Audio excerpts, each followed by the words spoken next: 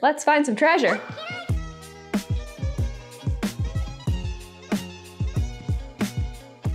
Hey guys, welcome back. Today we have the spoiler talk for Christina Lauren's new book, Something Wilder. So Christina Lauren is the pen name or for the writing duo Christina Hobbs and Lauren Billings. I have not read one of their novels before, but I do have a couple of them on my TBR list, like The Soulmate Equation and The Unhoneymooners.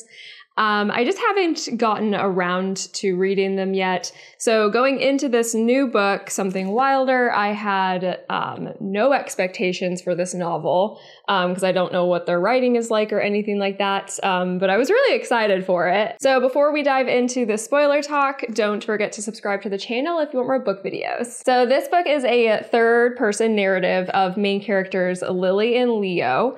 Lily is the daughter of Duke Wilder, and he was well known as like this treasure hunter of this like Butch Cassidy treasure. So he was kind of a big deal in the treasure hunting world. This is a second chance romance book for Lily and Leo.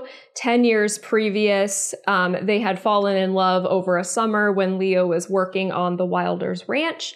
But then he had to go back to New York and they haven't spoken or seen each other since. And then the actual story takes place 10 years later.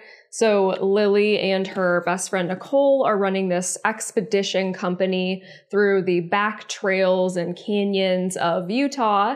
So they'll take a group out for a week in the remote desert canyons on horseback, and they'll show them like the different areas of like where the outlaws had traveled and different like specific sites. So also just a side note, I thought it was fun that the main character kind of like took them on expeditions on horseback. They were like completely removed from their lives and like they gave up their cell phones and everything like that. And they were on horseback and they were sleeping in tents and everything on these expeditions. So Drake and I, last time we went to Estes Park, which is like one of my favorite places to go ever, we did a horseback riding expedition through Rocky Mountain National Park.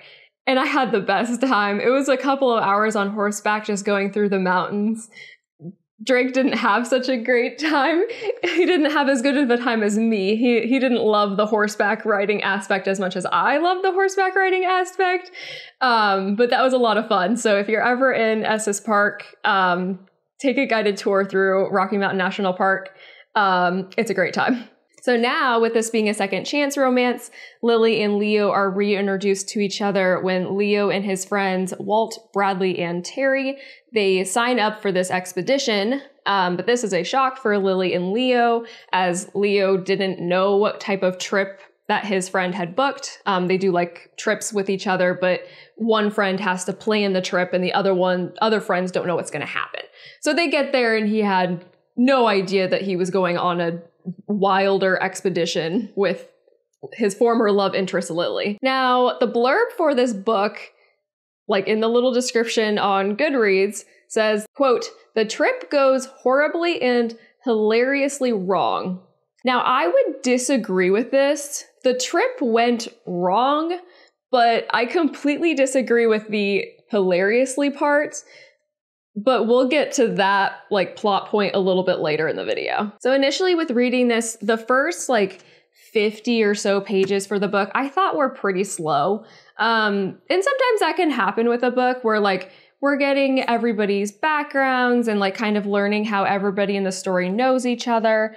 I felt like in this case, though, it kind of felt like a little bit of like an information dump. Like I was initially like put off by it a little bit. It just kind of felt a little bit too informational and not very like natural. Like they would just kind of, you know, be like, oh, and then this, and then this, and this. It didn't really come up like naturally. It felt like in conversation or anything like that. It was just kind of like, here's this backstory. And it was just kind of like, oh, okay. The slowness of the book did kind of like change after that first like initial 50 pages or whatever, when we kind of like started like really getting into like the actual plot and everything of the story. Like I really did then start really enjoying it. And I was very interested in finding out like what exactly transpired between Lily and Leo stopped talking. So like in the beginning of the book, we learn that they're both devastated by the fact that they stopped talking, and they each seemed to have like their own side of the story. And it was frustrating because from what they alluded, like as the reader, it felt like it was probably just a simple miscommunication. And at the beginning of the book, we're giving Lily's account of what had happened. And from her point of view, Leo needed to leave and go back to the city for a little while because he learned that his mother had been in an accident. And then he said he was going to call her when he landed. He forgot. So she called him like a few days after he landed in the city. And apparently during that phone call, like he was very short with her, and he said that he would call her back. Lily says that call never came. And then we get a small tidbit that's from Leo's point of view. And he kind of like says that like he never knew why she never picked up or called him back after he had returned the call. So I was thinking like, all of these years like gone on just like a simple miscommunication. Like I was just like, I feel like there had to be more to the story. And in the beginning, I was excited for the book to like reveal what had actually happened. So about 50 pages in, the group arrives in Utah, and this is when the story kind of started picking up for me. So Lily and Leo they see each other again, and for the first time in 10 years. And it's like this complete shock for both of them. And I did feel like the authors did a good job of showing like this really awkward tension between both of them, like during that moment. Like I felt like I could really feel it when I was reading it. And like when I was reading that part, I was like, ooh, I'm like really looking forward to them being like trapped together for the week in like the remote canyons. Like I was pretty into that. But then surprisingly, almost right away, Lily and Leo actually clear the air like mature adults. And I was kind of impressed because, you know, sometimes with romance books, like you can like keep the miscommunication like really going, and like it could span the whole entirety of the book of there just being like this tension. But they cleared the air like almost immediately. And during that passage, like I felt like it was a really great heartfelt conversation like around the fire, and like I felt the emotion, and they basically got like the closure that they didn't have like 10 years previous. And then I was like, oh, okay, well, I'm glad that they actually did talk about what had happened during that time instead of like maybe avoiding each other for like the majority of the week that they were scheduled to be together. So we get each other's side to the stories. So Lily learns that Leo's mother had actually passed away from the accident. So she thought it was just like an accident where she like broke her leg or something. She didn't know that she had actually passed away from it. And then he was responsible for taking care of his 12-year-old sister on his own. So he had tried to get in touch with her again, and he gave the messages to her father, Duke. But then the messages never got to her because Duke had sold the ranch where they had lived, and then she moved out, and then she was out of contact with Duke for a bit.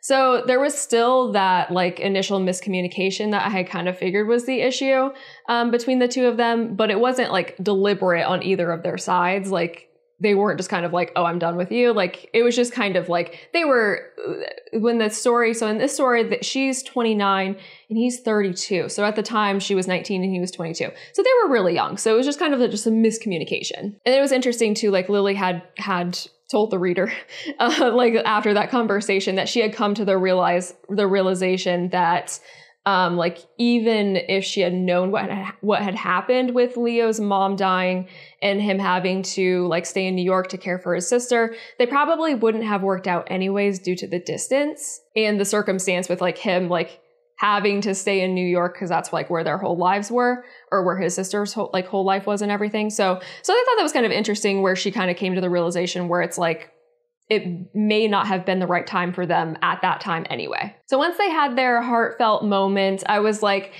that's nice. Like now we get to see like their relationship kind of like develop more over the story. And then like, I assumed that would be it for the main plot. I don't know why I assumed that. Like I assumed that they would just like, the whole group would have like this great week and like they would be exploring the canyon and like they would, you know, be doing their traveling thing or whatever. And like, that's just what, and then they would like, I don't know. That's just what I assumed the story was going.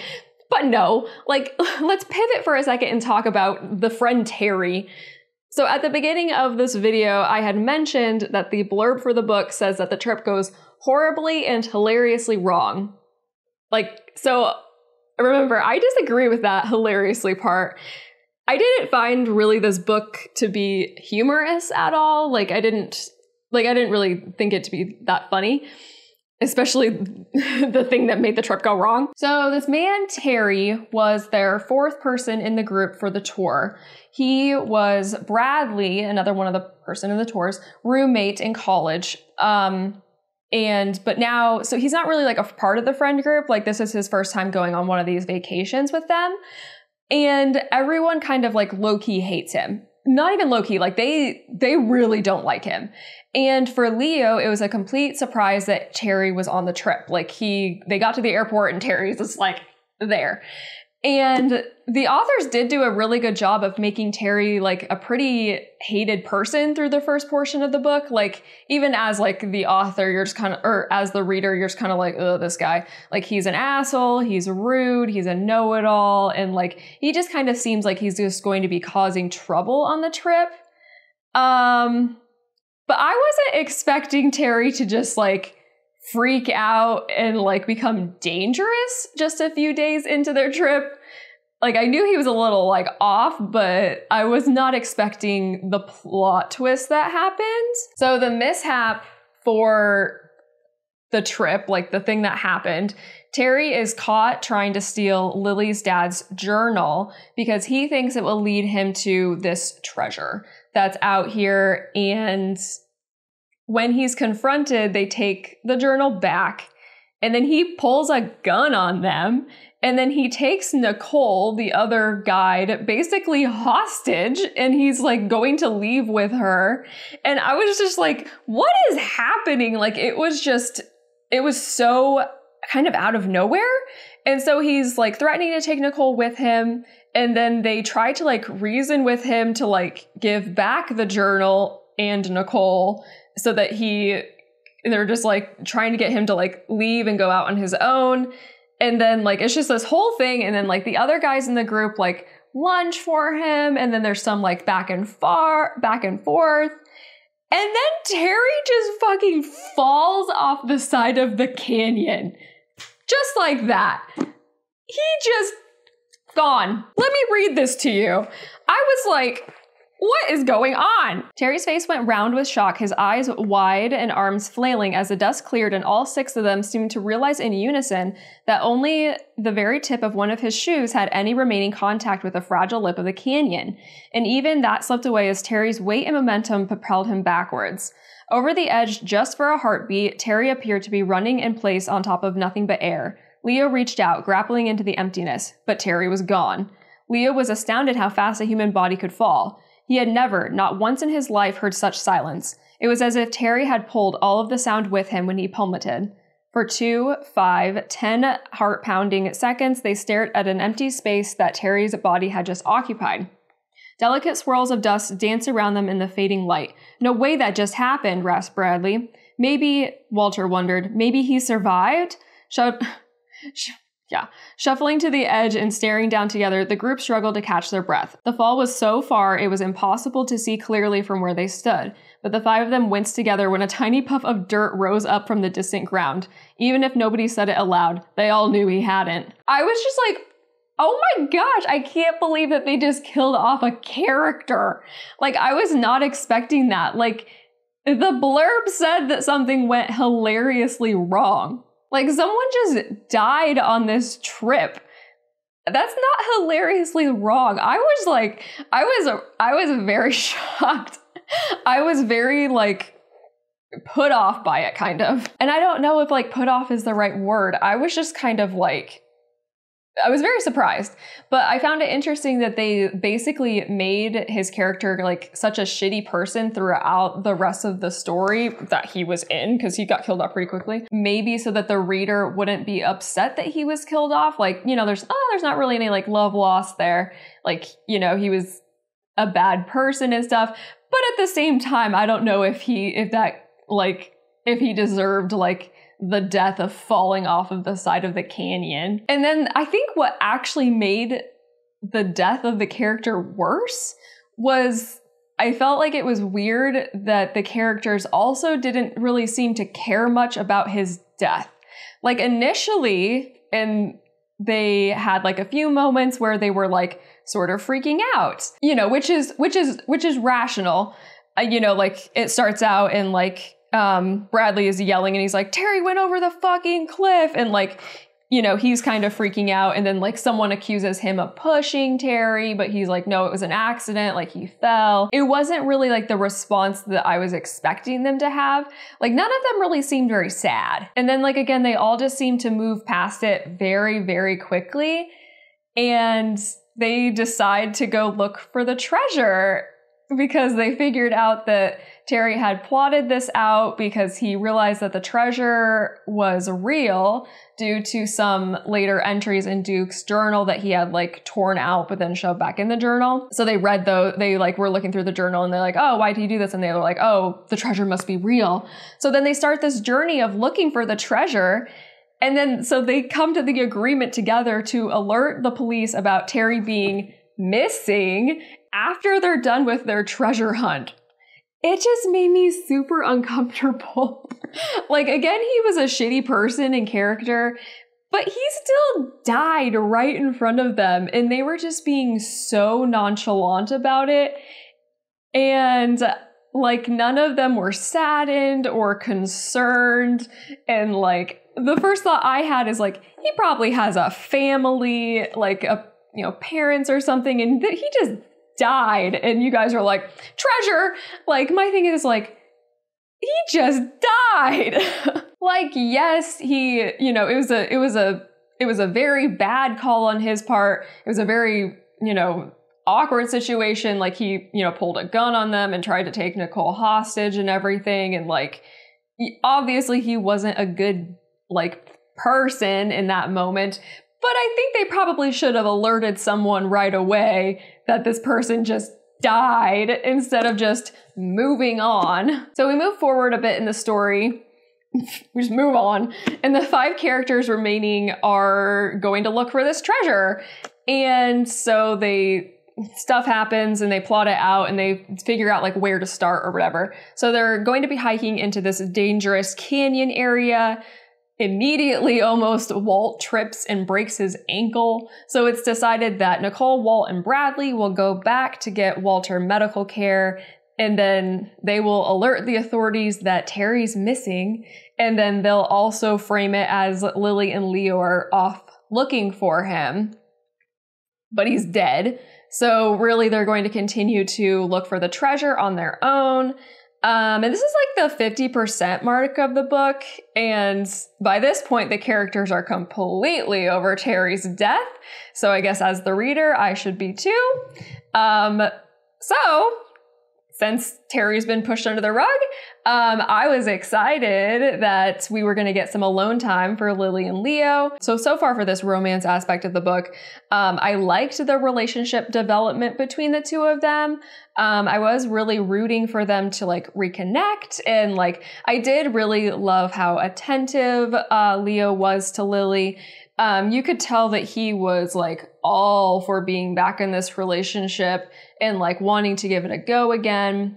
You kind of learned that like he's unhappy in New York, and now that his sister is all grown up, he doesn't really need to be there. So he's over here like, you know, let's start this back up again, while Lily's like more reserved about it. So they set off on their own, and we do have a couple of like moments when they were on their own that had strengthened their bond again.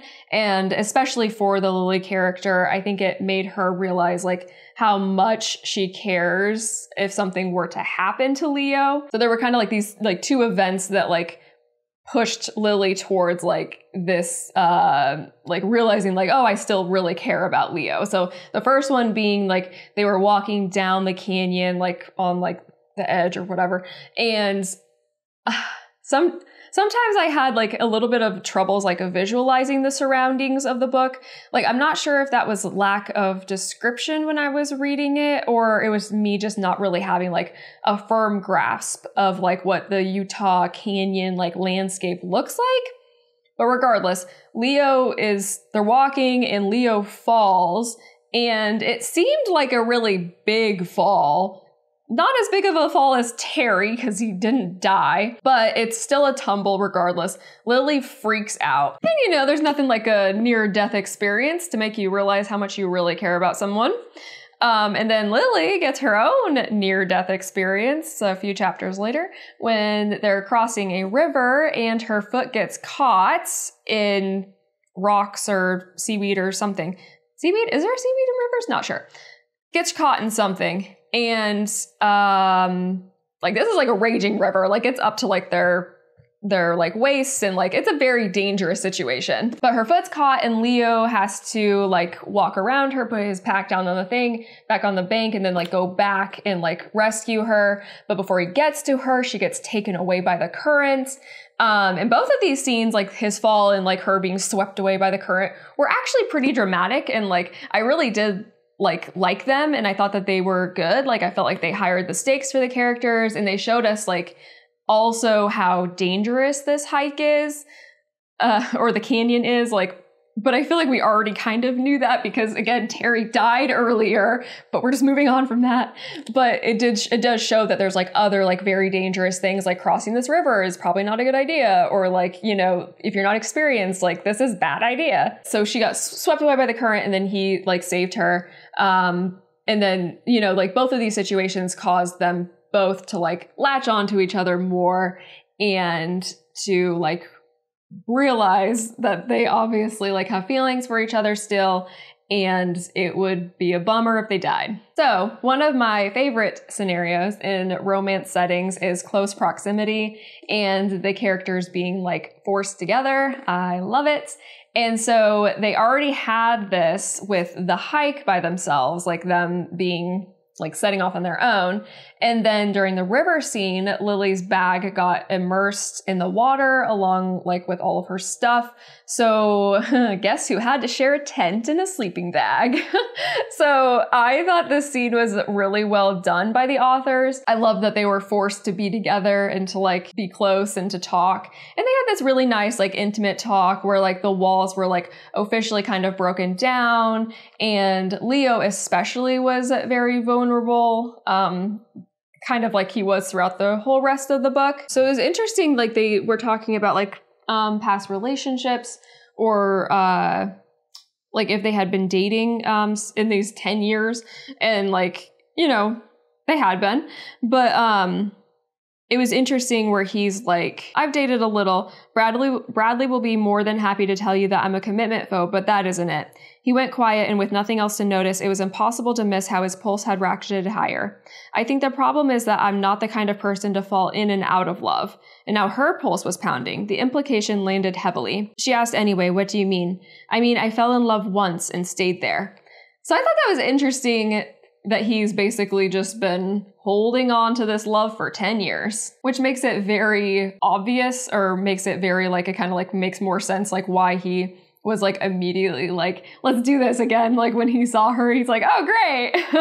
But I don't know. I actually did really like this scene. Like I thought their like intimate conversation was very nice. And I actually read it a few times. I thought it was really nice. So from here, moving on with like the actual like plot of the book, the like romance aspect like takes a little bit of a backseat, and like the plot kind of like is up. So we're back with the treasure hunt, which honestly was like, I was like a little less interested in than like the love story. Like they're trying to like decode this like riddle that he left in the journal, and like, you know, they're trying to like figure it out. But like, again, like I don't really know what they're talking about. Like I don't know like the landscape. I don't know like where they're going. Like I don't know. I'm not in this treasure hunt, I don't feel like. So less invested in that. But so Leo and Lily they open up Terry's satellite phone that he had brought with him to kind of get a map to try to figure out where they are.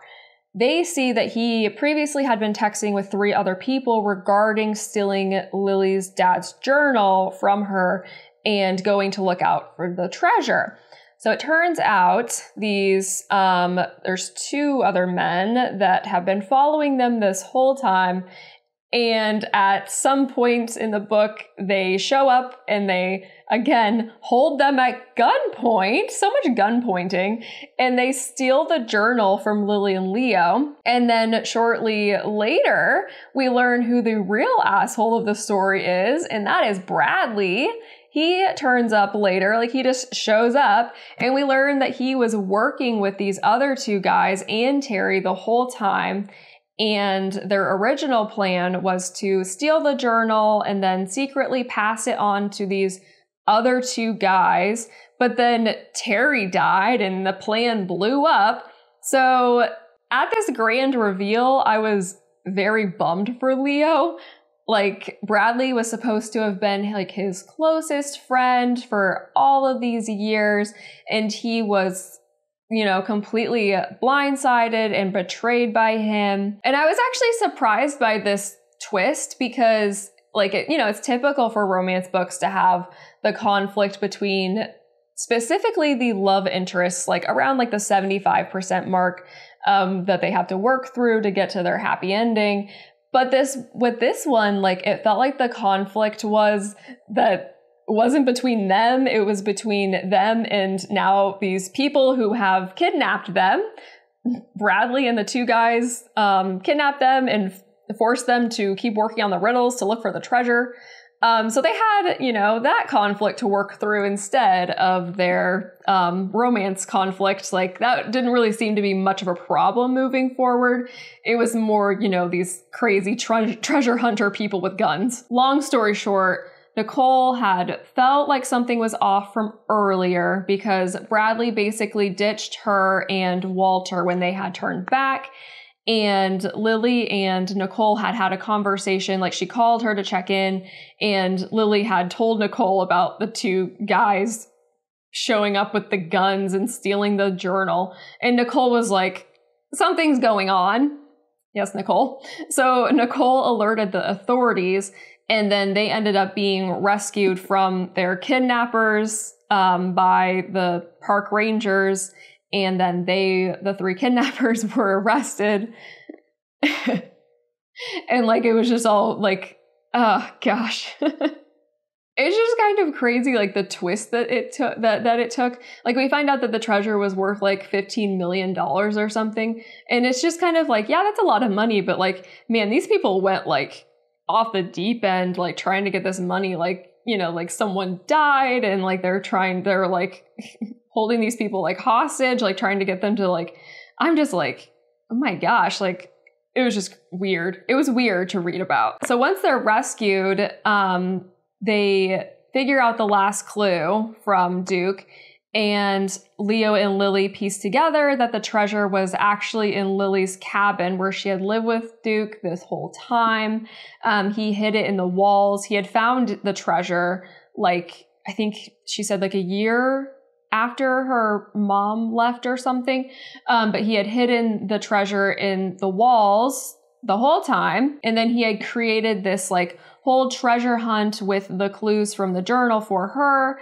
And he always intended on doing like this kind of treasure hunt with her for Lily to find the money. And Duke's dead. Did I mention that? I don't know if I did. Duke's dead. So, they never got to do the treasure hunt or whatever, but he had always intended to do it with her. But so Lily and Leo used their money to buy back the Wilder Ranch, and happy ever after.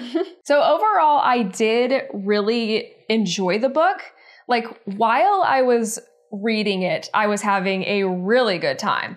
Like, I was very interested in what was happening. Like, I wanted to know where the story was going to go. Like, it didn't take me very long to read. Like, I was like, I wanted to read it.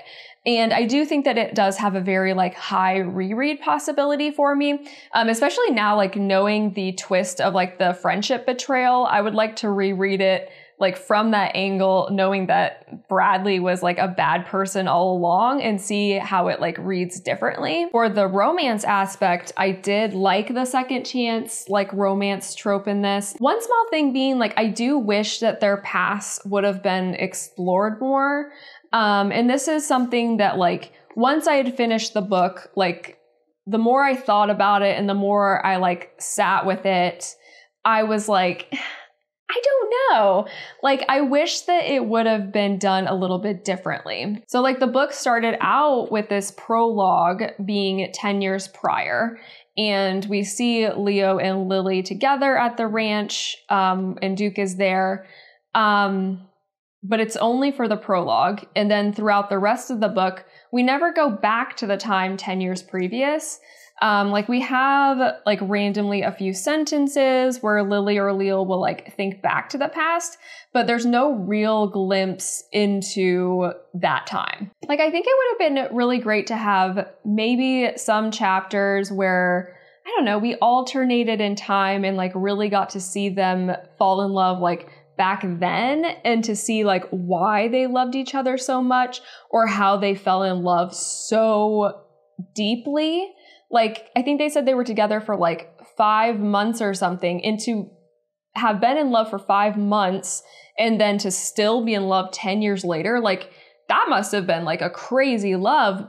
But I don't feel like we got to like really like see that at all. Like they just talked about how they were like each other's first loves and how great and how deep that was, but we never actually got to see that foundation. Like we just had to take the author's word for it. And this same type of scenario was also applied with Lily and her father Duke's relationship.